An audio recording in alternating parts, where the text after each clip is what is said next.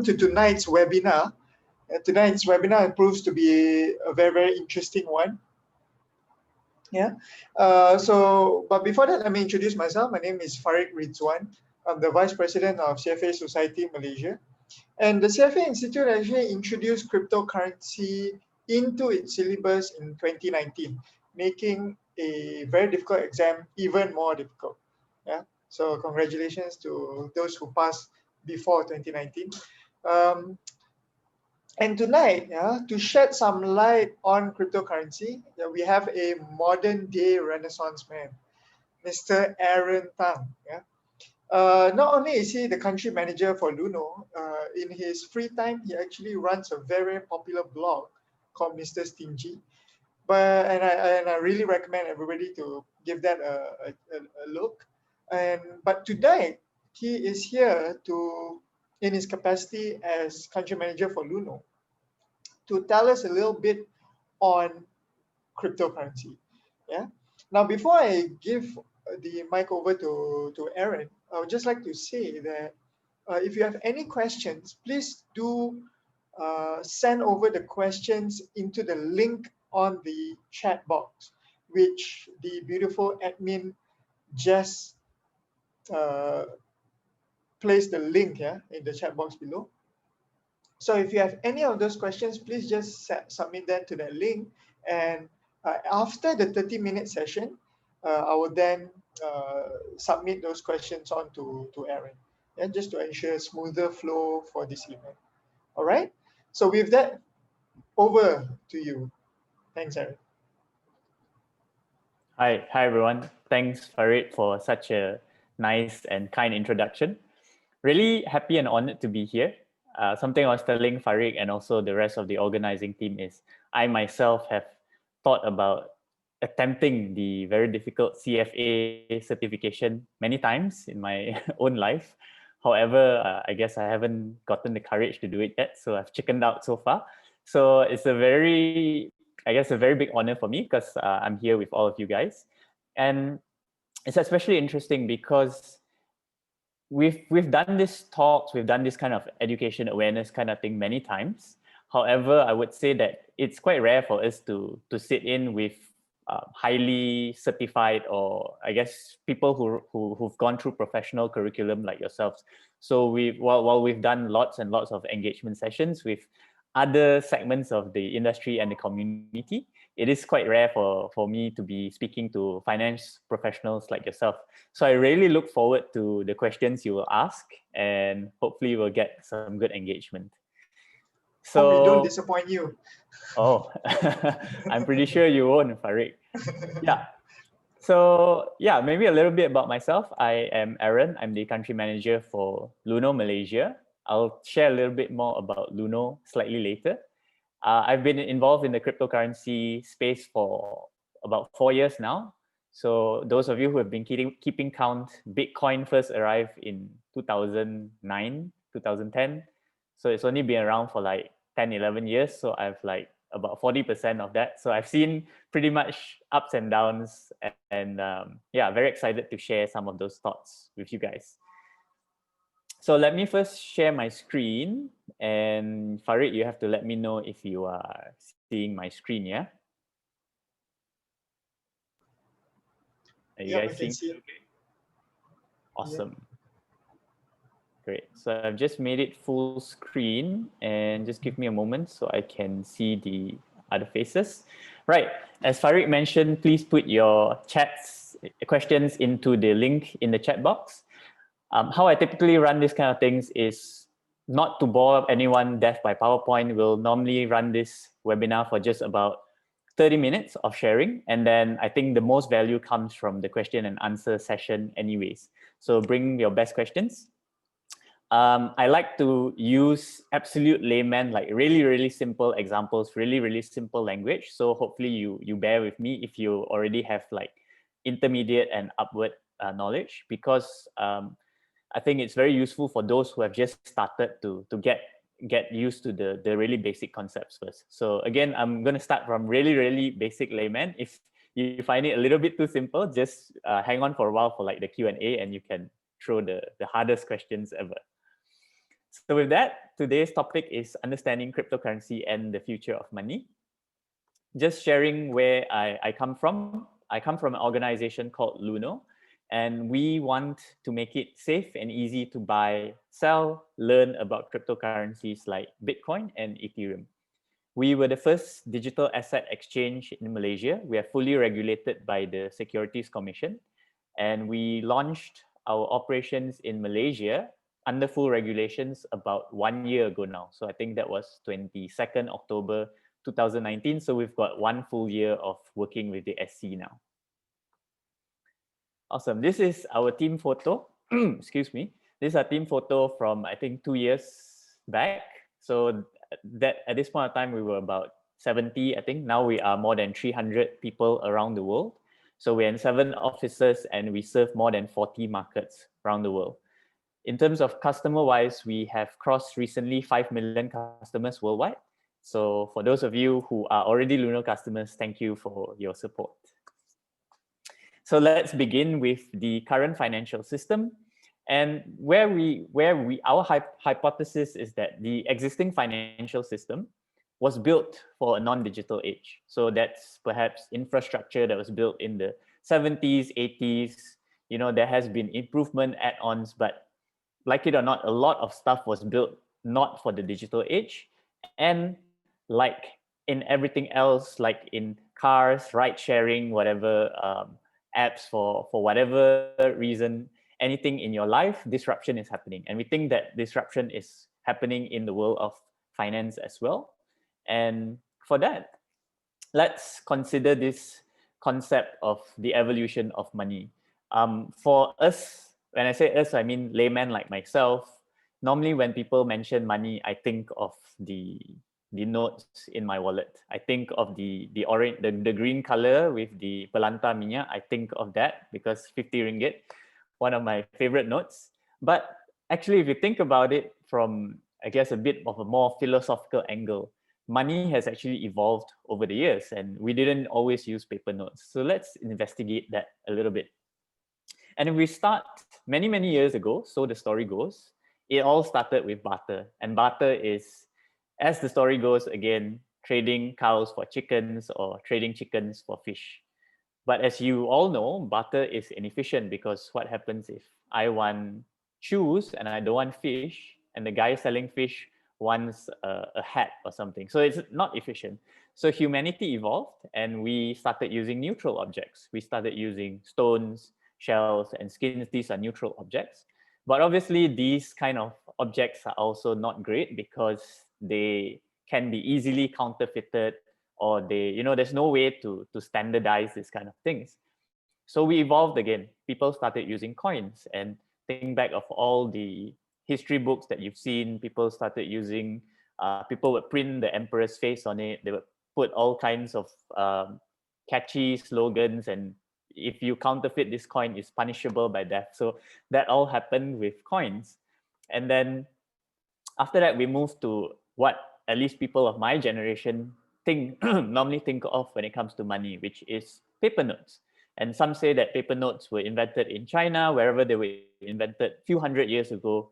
This started being used all across the world, and it is still very common till today.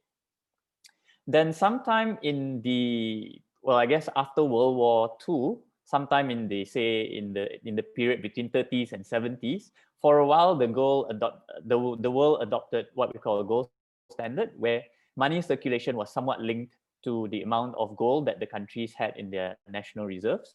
So for a while, people were used to the gold standard. And then that changed in the 70s when I think President Nixon took the world off, or President Nixon took the US off the gold standard.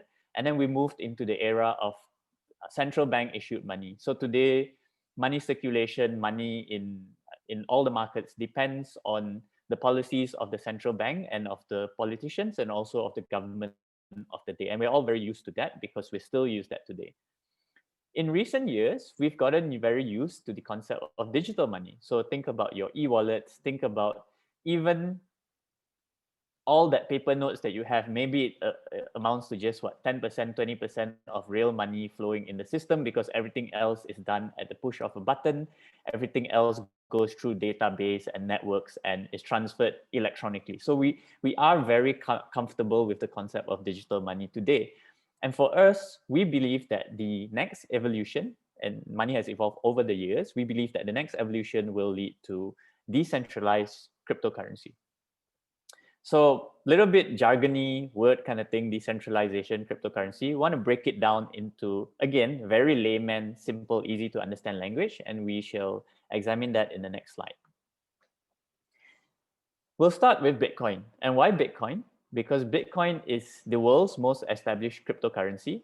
Although crypto has been, I guess, in mainstream media, for better or for worse, for many years now, but Bitcoin itself started only in 2009, 2010, so that's about 10 years ago, and it has proved to be the dominant cryptocurrency. So we'll, for today's purposes, investigate a little bit more focus on Bitcoin because it is a very good proxy to examine the rest of the cryptocurrency world.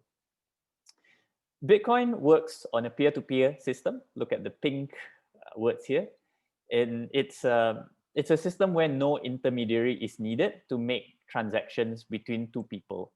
And for the words peer-to-peer system, if you're not so technically inclined in terms of IT stuff, the easiest example I always like to give is, do you guys remember a system called BitTorrent?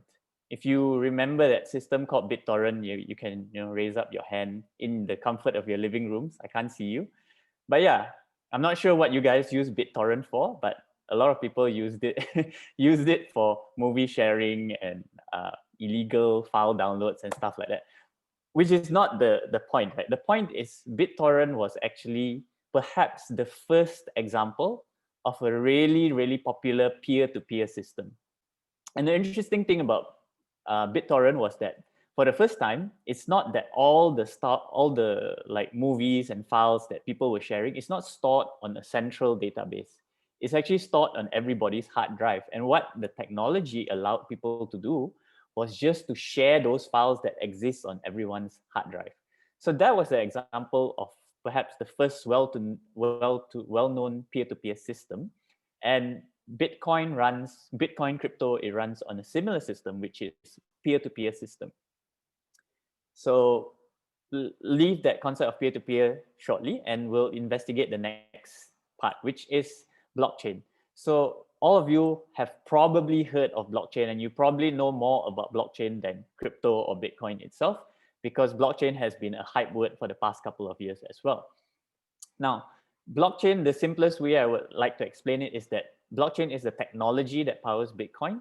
It is the technology that allows the use of a ledger between many people all across the world. Now, I use the word ledger because I guess all of you finance professionals, so you're very comfortable with ledgers. So happy I get to use it because usually I have to use another example. So Bitcoin ledger contains all records of transactions all across the world. And that technology where you can store it and allow people to collaborate on a peer-to-peer system is known as a blockchain. So that's the explanation of blockchain. The Bitcoin blockchain is immutable and decentralized. Immutable meaning that whatever is written to the blockchain is like very near to impossible to be ever changed again. So it is a very useful system for combating things like fraud or cheating, because whatever is written is basically written for eternity. For decentralization, we shall move to the next slide, and I will have another analogy for decentralization. So decentralization, look at the picture of the computers here. Imagine this is the internet, thousands, perhaps millions of computers all across the world connected to each other, and they are, of course, sharing data. And the really genius thing about blockchain, the technology, is that it actually allows people to have the same copy of data. So you can probably already imagine there are quite cool advantages of decentralization versus centralized systems. The first most obvious example is centralized system. If something goes wrong to that central party or entity, the system is weak. Whereas in a decentralized system, if everyone shares the same copy of data, half the network could go down and the network would still survive because everyone is sharing data. Now, if this is a bit, again, like tech mumbo jumbo, think of another simple analogy. Think of back in our parents' time, when you go to the kedai runcit or the small store in your taman, the storekeeper would often record things down in a buku 35 or the 555 book. Yeah. And he would record down what you owed him, and then you would settle at the end of the month. So think of decentralization as multiple copies of that buku 35 all across the world, like 10,000s, millions of copies all across the world. And that gives you a very good image of decentralization.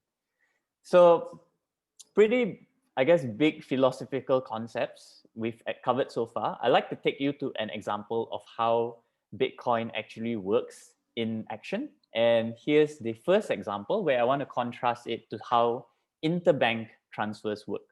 So let's say Alice here is in Malaysia. She wants to transfer $100 to Bob. Now, the way it works today, let's say we're using a typical Swift money transfer. Alice would send that transaction to her bank, and then they would do a debit credit system between Alice and Bank B, which is Bob's bank. On the other end of the equation, they do their debit credit as well. And if we are using the really, really traditional like Swift money transfer, it might take up to 3 days because it has to pass through multiple authorities and intermediaries along the way. So let's contrast that to how a Bitcoin transaction works. And again, Alice is here far away from Bob, and Alice has a wallet and she wants to transfer 100 coin to Bob. What happens here is that Alice will transmit her transaction. She will notify her intention to all the computers around the world that are connected together. So think back of the image of all the computers connected together. Alice will transmit this transaction to everyone, and then everyone will collectively work together through the wondrous nature of blockchain technology to see that this transaction is indeed valid or not. And if it is, Bob on the other side will then receive his 100, and Alice's wallet will be deducted by 100 coins. Now that's a really, really simple sort of very layman explanation of what happens on a Bitcoin transaction. We can get into like further technical details, but I think for sort of the first time, if you've heard of this for the first time, I think this is really sufficient. And the really cool thing about this is that transfer anywhere in the world can be done completely within 60 minutes, as long as both parties are not acting like they're not trying to cheat the system or anything, and they're connected to the internet. So that's a sample of a Bitcoin transaction. Cool. So moving on to the next portion, and I like to call this the summary slide or the cheat mode slide, because if you forget everything about the presentation, the webinar today, please remember this slide because this contains the gist of what we're talking about. I like to give 3 simple analogies to think about Bitcoin. Have these images in your mind, and you should be able to explain that to a lot of people. The first image I like to put in people's minds is Bitcoin is similar to gold because it has a limited supply and it is divisible and it is highly sought after. So a little bit similar to digital gold. And Bitcoin is a little bit similar also to a payment system. So you can think of an image of a credit card or an e-wallet, but potentially easier, faster, cheaper, and a lot less sort of middleman along the way. So that's the second image I want you to have, which is a payment system. And the third image you can keep in your mind is that Bitcoin is similar to the internet. It is decentralized because nobody controls it and it's available for anyone to use it. So yeah, best image I can give you is the internet. So yeah, this is the slide to remember. Screenshot it if you want. We'll send the slides later as well. But have this in mind if people ask you about Bitcoin. So moving on, the question is, of course, this is really cool technology, blah, blah. What do people actually use Bitcoin for? And this is the need to greed spectrum I have here. And there's people using different things, people across the whole spectrum using things differently. So this guy up here, he doesn't like credit cards. He wants privacy, so he uses Bitcoin. This lady here wants faster, cheaper, less hassles. This guy wants to diversify his portfolio. getting into a bit of financial speak here, diversify his portfolio. This guy here says that he wants a top performing asset class and he believes in the fundamentals. And of course, we also have the speculative buyers and the active traders. So this is like the need to greed spectrum. And we find that most people today, at least, are using Bitcoin for investment. So they probably between 50 to probably even 80% of people are in this section here. And the next section will look at Bitcoin as an investment class. Why are people starting to invest into Bitcoin? Faridq, everything okay so far? Yeah, I'm definitely on the greed side rather than the need side. Me too, me too. So No, yeah, kidding. All some say greed is good. Okay. right. Bitcoin as an asset class. So few concepts that we want to cover here. And I heard that you guys are all like CFA, so I had to put in some graphs. I hear that you guys perhaps like graphs. So the first slide here is that Bitcoin has traditionally, over its past 10 years, has shown low correlation with other asset classes. Now, the graphs here, you can have a look. Purple, S&P 500, gold, oil, bonds, emerging currencies, real estate, and this publication where I took this info from, which is ARK Investment, they even just threw in Bank of America, Apple, and Tesla just for people to compare. And very interestingly, Bitcoin has shown to have low correlation with everything. I think the coefficient tends to be between 0 or 0.2 or negative 0.2. And as per my layman understanding, once you get to 0.5 and above, that's high correlation. 0.35 is medium correlation, but Bitcoin tends to show low correlation. So a lot of people are getting into this because they are saying, oh, I just want to diversify, maybe 1%, 3%, 5% away from traditional investments, and I'm going to move into something that's currently historically viewed as lowly correlated. So first point. The second point is, of course, I'm greedy. Faridq claims he's greedy. The potential for high returns. And x-axis here is the time frame. So that's July 2013 all the way to, I just took this like 2 days ago. So all the way until October 2020. And y-axis is the price. So you can see that the price peaked around like 20,000 US dollars. And it has obviously come down from its, I guess you can call that a little bubblish kind of thing. But if you look at it over a long couple of years, I think nobody who's been invested in Bitcoin for more than 4 years has actually made a loss. If you've given Bitcoin crypto that kind of time frame, it has proven to get pretty good returns. So yeah, a lot of people are attracted to the potential for high returns as well. And this is Bitcoin's graph. There are like thousands of other cryptocurrencies where people like to try and speculate as well. So moving on, some people ask the question, how is the price of Bitcoin crypto determined? This is a screenshot of the Luno exchange, which is our exchange that we run in Malaysia. So for those of you who are familiar with trading apps, those of you familiar with, I don't know, Rakuten Trade or those online brokers, you would see something very familiar. You have the trading view, you have the candlesticks, you have the order book, you have the spread, you have the recent trades as well. So this is how a crypto exchange layout looks like. And the prices behave, I guess, layman's term, again, a bit similar to the stock market. If there's a lot of demand, people buying, price goes up. A lot of people selling pressure, price goes down. If we talk about fundamental analysis, I guess it's a little bit early. A lot of papers have come out around how to value Bitcoin, how to value crypto.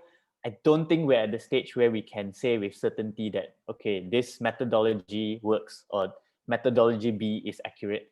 A lot of people are trading today based on technical indicators. So for technical traders, yeah, do have a look at how Bitcoin is performing. I hear that it is charting pretty interestingly and pretty well according to TA. So moving on, here is some historical performance of Bitcoin versus other asset classes. Blue line here is Bitcoin US dollar. Sort of bright orange line here is S&P 500. The slightly dim orange is the FTSE KLCI, and then the Singapore stock index is the one in light blue. So this is showing the x-axis from year to date. So this is January 2020 to October, end September. And this year, Bitcoin has done pretty well, despite the sort of dump here in mid-March, post-coronavirus scare. Everything dropped, right? Whether it was stocks, bonds, gold, oil, whatever. So Bitcoin has since recovered since then. If you look at the year to date, Bitcoin has done about 50% year to date. And here are the other benchmarks. So the S&P 500, KLCI, STI.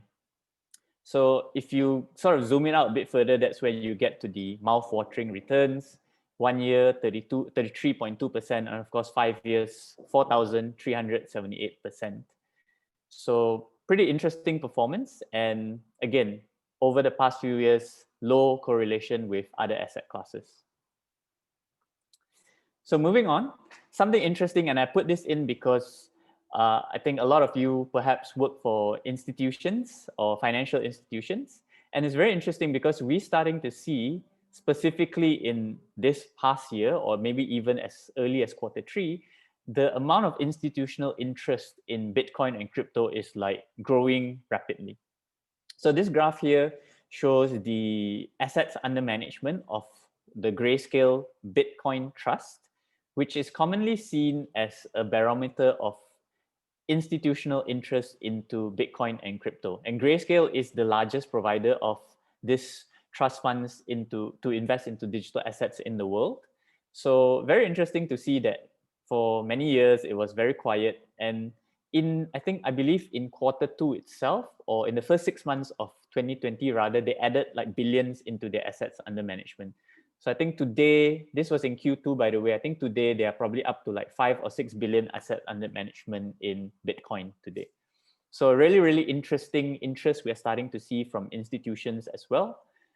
Very interestingly, Bitcoin crypto was first popular with the retail market, and then institutions came later, a bit inverse. But yeah, it's really interesting to see institutions come in today. So moving on a bit more to something a bit more localized in Malaysia. Sometimes people ask, are cryptocurrencies legal in Malaysia? What are the regulations around it? There are two government-linked entities that actually regulate exchanges like ourselves. And the first is BNM. They are very concerned about anti-money laundering and counter financing and terrorism financing, basically. So companies like us, we're involved in digital assets. We have to report, we have to send monthly reports, we have to do SDRs, 24 hours, all that. The other regulatory body that watches over us is the Securities Commission, and this is the Capital Markets and Services Order 2019. So very, very recent as well. And the SC, to their credit, they are really interested in protecting investors and also helping to grow the capital markets in a responsible way. So really, really been a very pleasure to work with the SC as the, if I may say so, as the first regulated exchange. And yeah, there's a lot of other interesting innovations coming. For example, the SC is coming out with regulations for fundraising using digital assets, which is also known as IEO, or Initial Exchange Offering.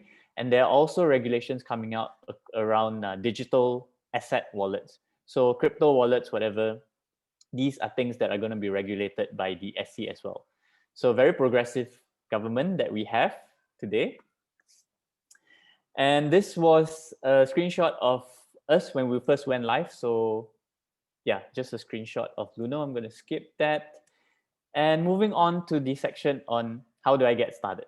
So just going to spend this last few minutes sharing, if you are interested in crypto, how do you get your first experience? What do you need to do?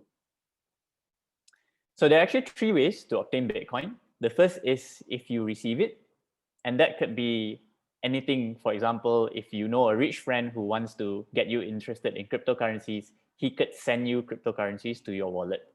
Or for example, you do some sort of services online. Let's say you do some sort of services on the internet, hopefully legal, then people can pay you in Bitcoin by sending you Bitcoin as well. So that's one way of getting Bitcoin. The second way of getting Bitcoin is to buy it. And I think most people get their first experience of Bitcoin by actually buying it. And the third way is to actually mine it. Now, we didn't really cover this because mining is a bit of a technical, sort of very technical, geeky kind of topic. But mining is basically people connecting to the Bitcoin network and lending their computer power to the Bitcoin network to help process and verify transactions.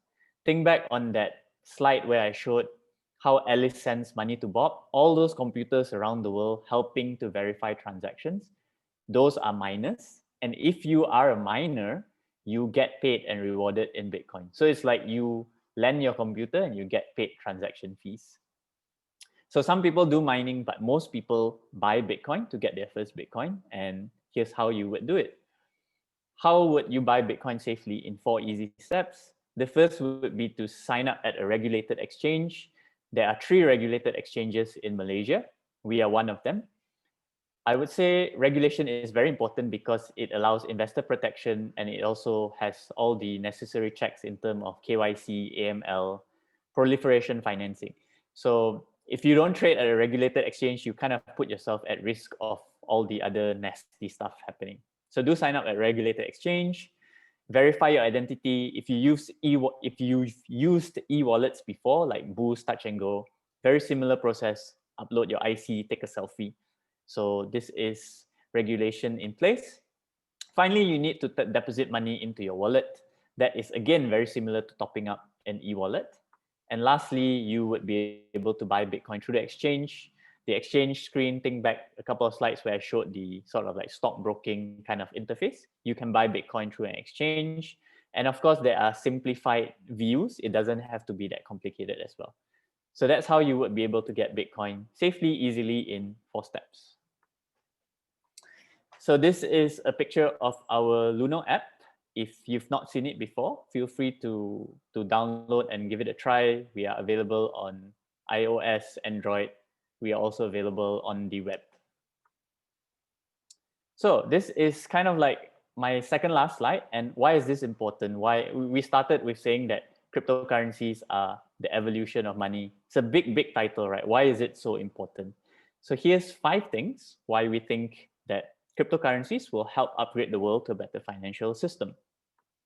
First thing, money that is cheaper because it doesn't have to pass through, say, 5 middlemen in the process.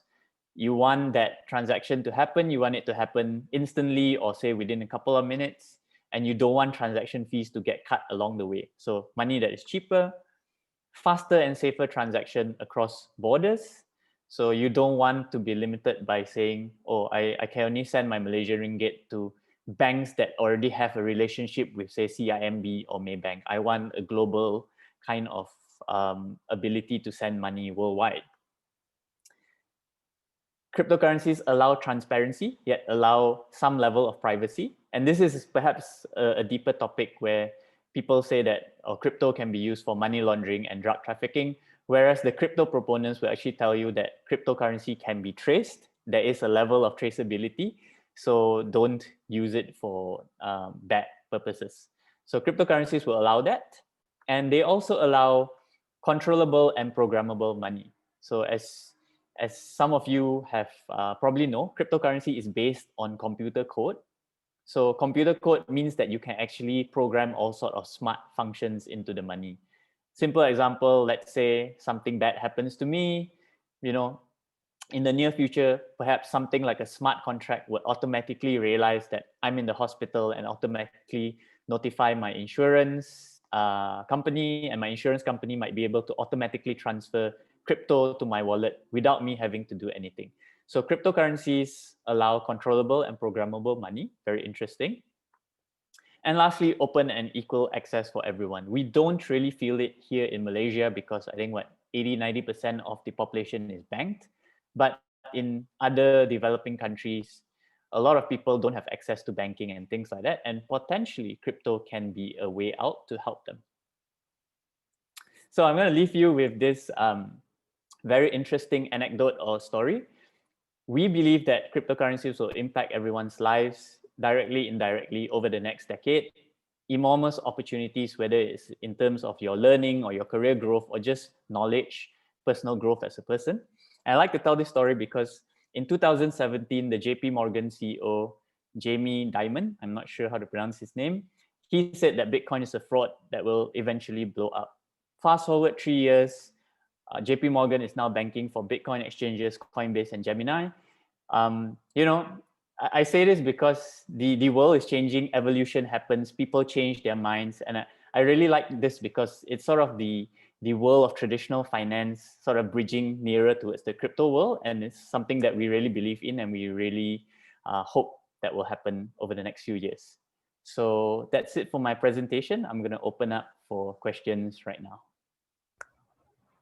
Well, thanks, Aaron. That was very insightful. I mean, I really like the simple way that you explained about it. And we have like a lot of questions actually coming in, not only through the chat, but also through the meeting pulse link. So let me just jump right into some of the few questions here. So the most upvoted question was this: do centralized crypto exchanges like Luno find that centralized nature of their exchange conflicts with the philosophy of decentralized system? So I think what it's trying to ask is like, you mentioned about Bitcoin being decentralized and not regulated. That's the whole benefit of Bitcoin. But the exchange is regulated. So there seems to be sort of conflict there. Yeah. First of all, like, amazing question. This is like the kind of questions I was like hoping to get. So yeah, amazing question, right? And potentially it's also like a test of my character, right? Because if I believe in decentralization and I work for a centralized entity, does that make me a hypocrite, right? So also like, okay, existential questions. So the way we see it is not, because although Bitcoin, the technology, is decentralized, Bitcoin is actually computer code. So it is actually very, very hard for someone without, say, computer knowledge or things like that to get involved in Bitcoin. An analogy I like to give is a technology called TCP/IP, which is a lower layer technology that the internet is built on. Now, most of us today don't know what the heck TCP/IP is or why it's useful, but almost all of us know how to use smartphones, know how to use web browsers. So just because there are centralized entities that help people move into the decentralized world, I don't think it is a conflict. So for example, a company like us, we have an app that makes it very easy for people to sign up, to learn, to get involved in their first crypto. I would say that without such simple user interface, the majority of people would not be able to move into the world of decentralized cryptocurrencies and stuff. So I think there is a level of balance between centralization and also moving from the old world into the new world. And there is a place for hardcore decentralization, and there is a place for centralized entities that help people move into that world. Maybe like if we could build upon that question, when we talk about regulation, I mean, in what ways are they being regulated? Does it mean that the privacy aspect of using crypto, for example, is compromised in any way? You could technically say that because you flow through a centralized entity, there is things like KYC. So for example, let's say really, really suspicious transaction, somebody sent Bitcoin from Luno wallet to a known terrorist, right, using Bitcoin. That would be flagged, that would be reported, and that would be an investigation run because we have that person's KYC details. So definitely, whenever you have a centralized entity, there is going to be a bit less privacy. But I would believe that companies like us, we have the responsibility to balance between protecting our customers' privacy, but also not falling foul of the law. Obviously, we don't want things like terrorism financing or child pornography going through our servers. So we also take a stand on that. So yeah, I mean, long story short, if you want like full hardcore decentralization, there is there are ways to do it, definitely, but we take, I guess, a more moderate approach. I see. But does it mean that it can be seized, like the assets can be seized in some way? Or It it has proven to be difficult to seize in the past. And again, if you are worried about, say, going through centralized exchanges, people are free to use completely decentralized tools. For example, hardware wallets where they store their Bitcoin keys on their own devices, so it doesn't go through any other entities. So again, I guess it's a bit of a balance between how much convenience you want versus how much like hardcore privacy and independence. I see. Okay. Uh, let's move on to the second question. What are the success factors to democratize blockchain technology? Because they've been seeing it around for some time.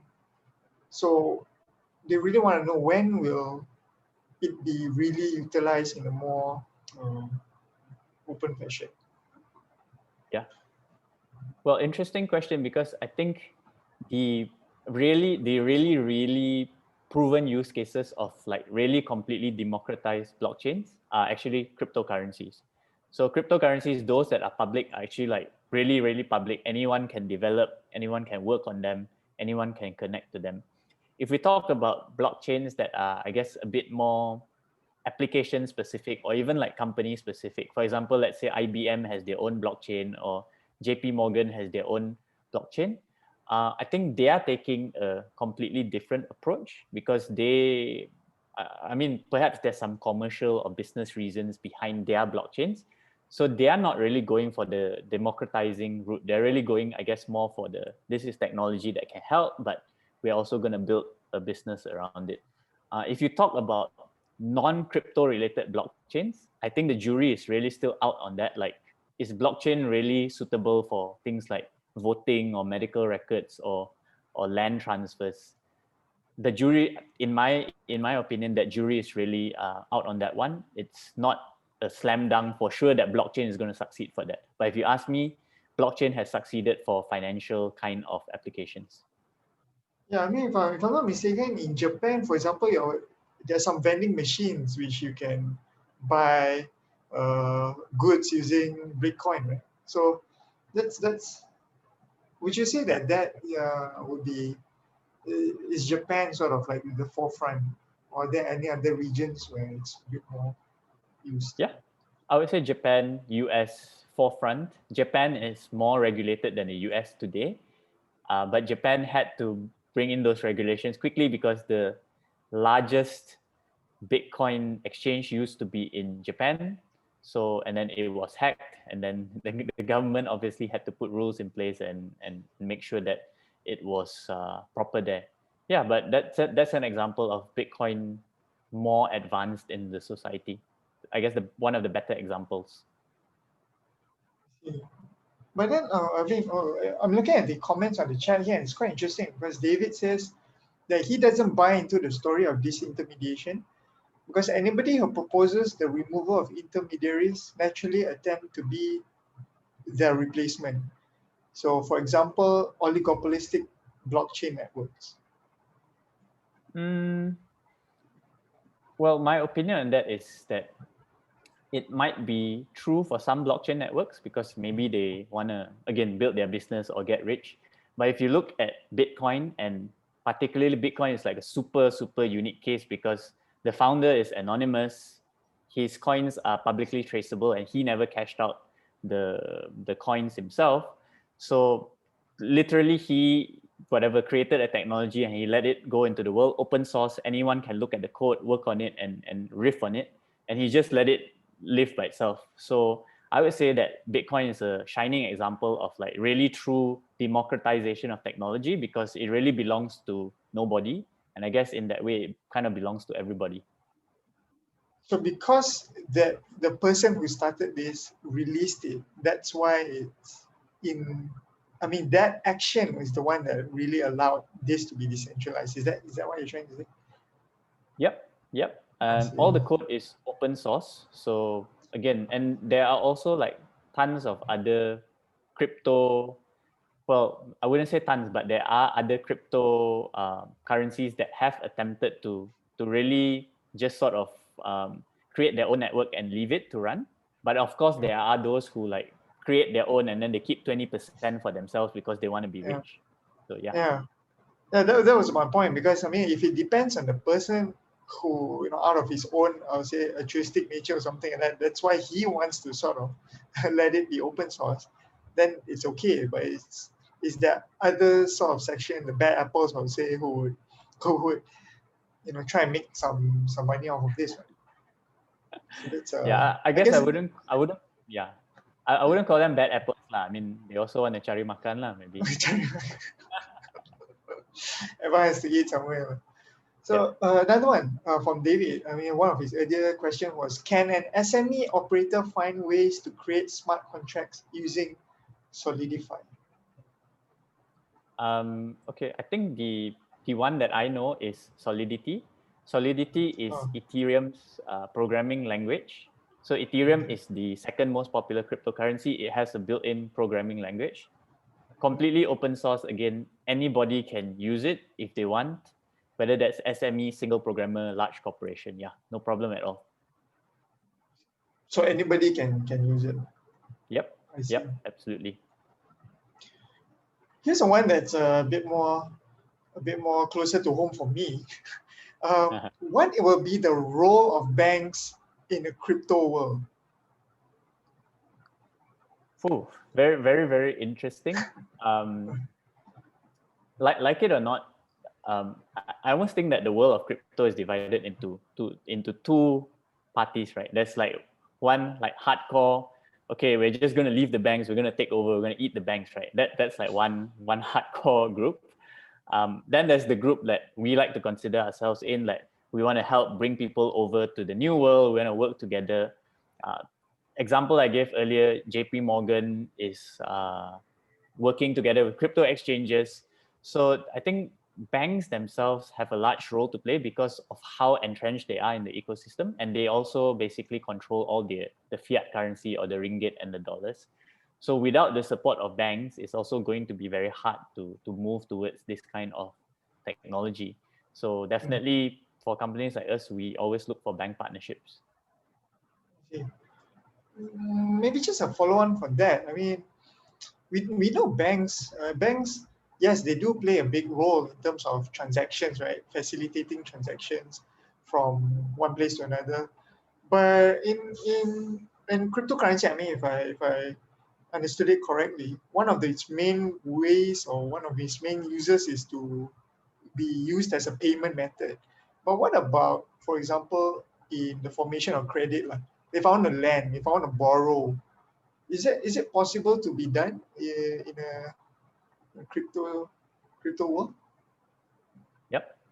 Glad you brought up that point. So something like really, really hot, like literally the hottest thing in the crypto world in even like Q3 2020 is what they call DeFi or decentralized finance. So it's the concept of taking traditional financial stuff like borrowing, lending, interest bearing, collateral, taking all that and running it on the Ethereum blockchain. David asked an earlier question about can anyone use the Solidity to create stuff on Ethereum smart contracts. Literally, these guys were creating all kinds of really, really interesting functions that used to be in the world of traditional finance. They were bringing it over to the world of digital currencies or cryptocurrencies, all run on Ethereum or program other blockchains. Yeah. So definitely very, very doable. So are they like crypto banks? They don't call it crypto banks because perhaps in the crypto world, calling yourself bank is probably not the way to get popular because Okay. we're moving away. So they call them you call them DeFi platforms or smart contracts, but basically these are decentralized applications living on the blockchain that automatically function as lending, borrowing, collateral, etc. Just an interesting fact on DeFi. I think there's more than $10 billion worth of assets or digital assets already locked into the world of DeFi, which is a huge huge growth from say earlier this year, where I think it was barely, I don't know, 2 billion. So probably grown fivefold in 2020 itself. See, so when you lend, I mean, when those DeFi lend it out, I mean, how do they determine their interest rate, for example, or the interest? Yeah, so there are, well, a bit of a complex question. There are platforms that, I think most of the platforms use some sort of variable interest rate because everything basically runs on algorithms. They don't have like, because nothing is centralized, so they don't have like reference rates. Like they don't refer to LIBOR or any of that. It's like kind of like wild west market supply and demand kind of thing. So that's how they use it. Oh, so that's really Yeah, but I'll give you a true. simple example. Yeah. Go ahead. Yeah. Go ahead. Yeah, sorry. Yeah, I'll give you a simple example. Luno is a subsidiary of Digital Currency Group, which is one of the largest cryptocurrency companies in the world. Another subsidiary of DCG Group is a company called, what is it, Genesis. Genesis is a very interesting business model. They lend crypto digital assets to companies. So they're institutional lender. They lend digital assets to companies who want to borrow digital assets. They accept collateral, and the amount of interest basically they charge, I think, is probably, if you lend money to Genesis, you would probably aim to get 3 to 4% per year. So Genesis probably charges a bit more. They take their own cut, and then they give people 3 to 4% a year. I see. Yeah, but this is a bit of a hybrid system, by the way, because Genesis is still a centralized entity. Yeah. Technically possible to do it completely decentralized. Technically possible. I see. And where is Genesis sort of based? Genesis is headquartered in USA, New York, I think. I see. Okay. So there's this question from Meg also. She says, let's say we would like to use Bitcoin to perform transactions in foreign countries. How do we identify the value of money with one place and another? I think the question is more on the exchange rate, if I'm not mistaken. How do you sort of determine that? Yeah. So again, we are in a decentralized world, so there's no centralized sort of foreign exchange rate or a formal rate between, say, China yuan and Bitcoin and US dollar Bitcoin. There are exchanges that trade USD Bitcoin based on the market price, but you'll see that most of the large exchanges, because the market is so competitive, the exchange rate will be very, very similar among all these exchanges. So if you wanted to make a payment, let's say you want to send ringgit to Europe in Bitcoin, you would calculate the value of ringgit to Bitcoin, and then you would calculate the value of Bitcoin to Euro, and then you would make the conversions yourself, and you pay that amount in Bitcoin lah. There is another invention that people use to make cross-border payments, and that's the concept of stable coin. So there is crypto that's, for example, the most famous one is USDT. It is basically crypto that's pegged 1-to-1 with the US dollar. So some people would choose to buy that USDT and send that USDT to whoever they want to pay around the world. I see. So when you're saying that this USDT has a 1-to-1 peg with Bitcoin, so that's the algorithm that's driving it, in a way, right? With the US dollar, sorry, not Bitcoin. 1-to-1 peg with the US. 1-to-1 to the US dollar. So that means that it's sort of interchangeable in that way, right? It is theoretically and practically interchangeable. However, of course, it is, because it is not issued by the Fed of the USA, issued by a private company, then of course you have a bit more counterparty risk. So, some people don't trust in it. Some people say, yeah, it's fine. But again, risk appetite for different people. So, and the value of Bitcoin, and the value of cryptocurrency, would you say it lies in how much it's used? In a way, the how popular is it? Yeah, definitely. Utility drives demand. demand based on how much is in circulation could potentially drive price. So Bitcoin, again, a very unique situation because its supply is limited and predictable. So a lot of people have forecasted, oh, the demand for crypto will continue rising, the supply is diminishing, so Bitcoin will continue to rise in price. So that's the sort of investment thesis for Bitcoin, especially in our like super inflationary world, fiat inflation, monetary inflationary world. So that's a thesis for a lot of people investing. I see. Okay. There's one question here, and I think it's quite an interesting one. How does Luno plan to address the emergence of decentralized exchanges and the larger decentralized DeFi movement? Right. Awesome. How is that? So yeah. So for those who haven't heard of decentralized exchanges, we are a centralized exchange, right? We are a centralized company. We run an exchange. We're regulated. Due to the brilliance of smart contracts, Ethereum, blockchain programming, decentralized exchanges have appeared, which are basically computer code running on algorithms. So it's not like decentralized exchanges have huge office with compliance officers and customer success. It's literally computer code, perhaps maintained by a group of programmers. And this computer code will allow automatic conversion between crypto. So the question is, can we as a centralized exchange compete with decentralized exchanges? I would say that we are so early in the game that I think that the majority of flows are going to flow through the centralized exchanges first before it actually moves into the decentralized exchanges. And the reason for that is, again, decentralized exchanges require some technical knowledge, etc., etc. I think the bridge is going to be the centralized exchanges.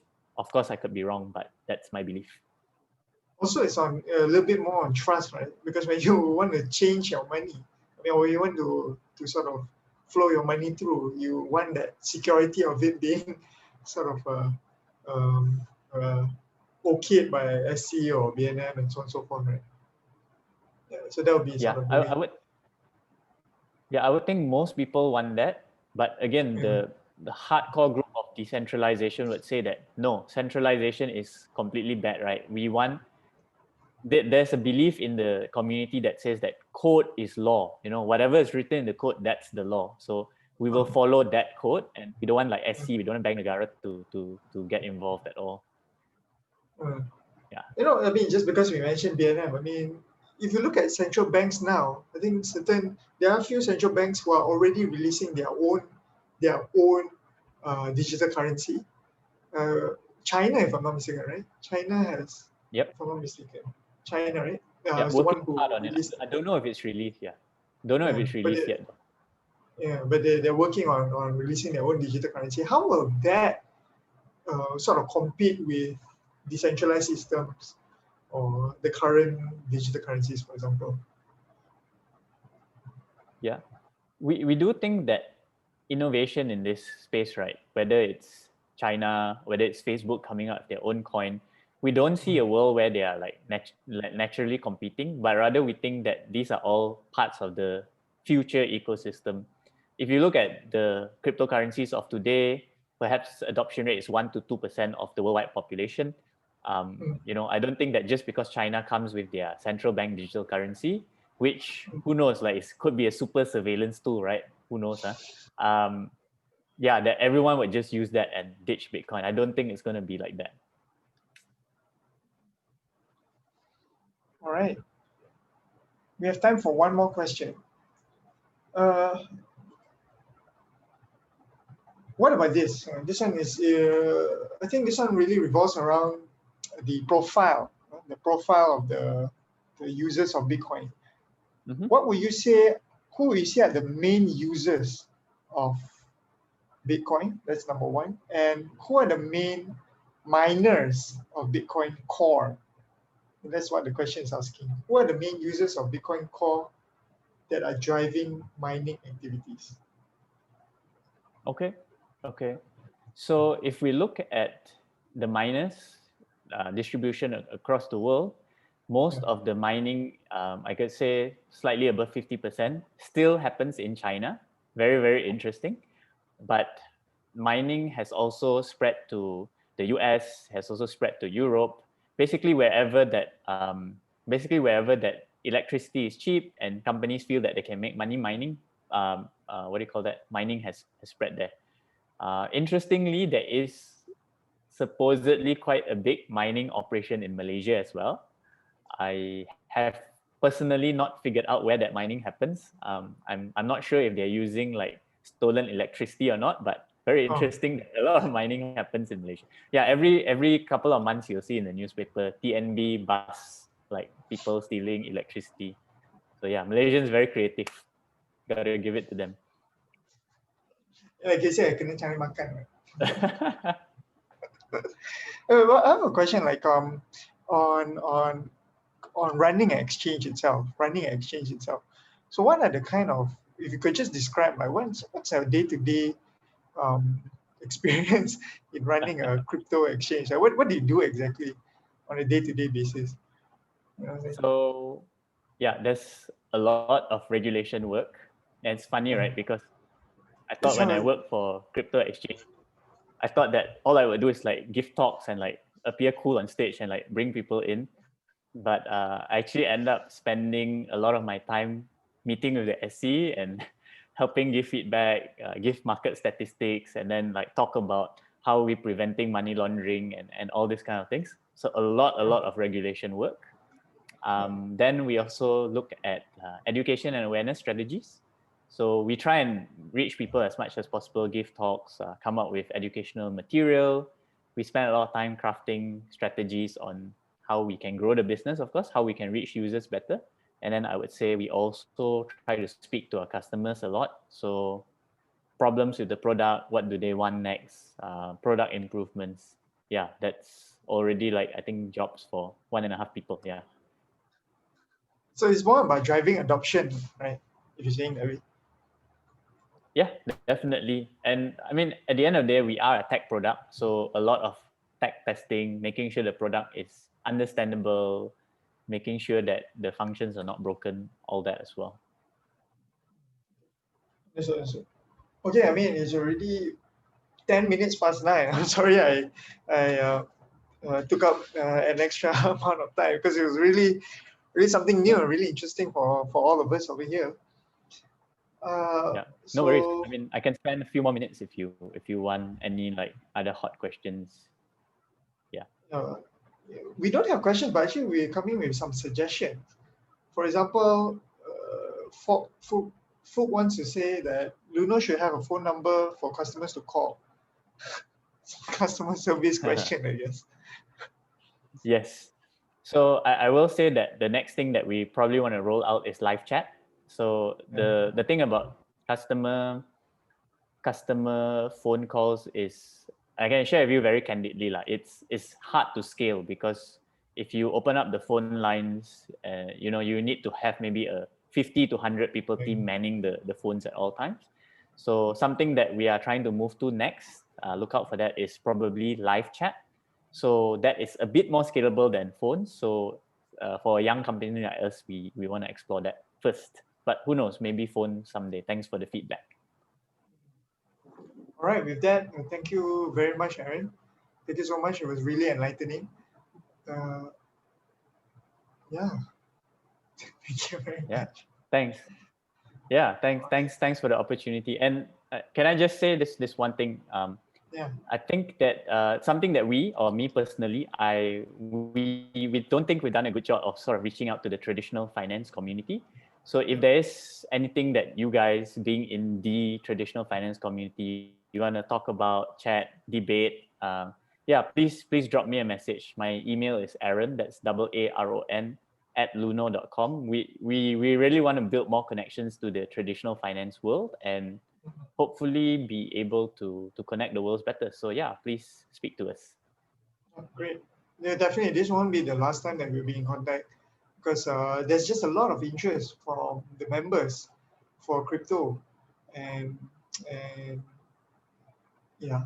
So with that, I'd like to thank you very much once again. And for the attendees, there's a feedback poll that has just been shared. So please do answer and submit your feedback so that we can continuously improve our webinars, right? Okay, so with that, I'll let you go, Aaron. I know it's 9:10 on a Thursday, so don't want to take up more of your time. Thank you so much once again. Yeah. Thanks, Faridq, and thanks All right. everyone. It's been a pleasure.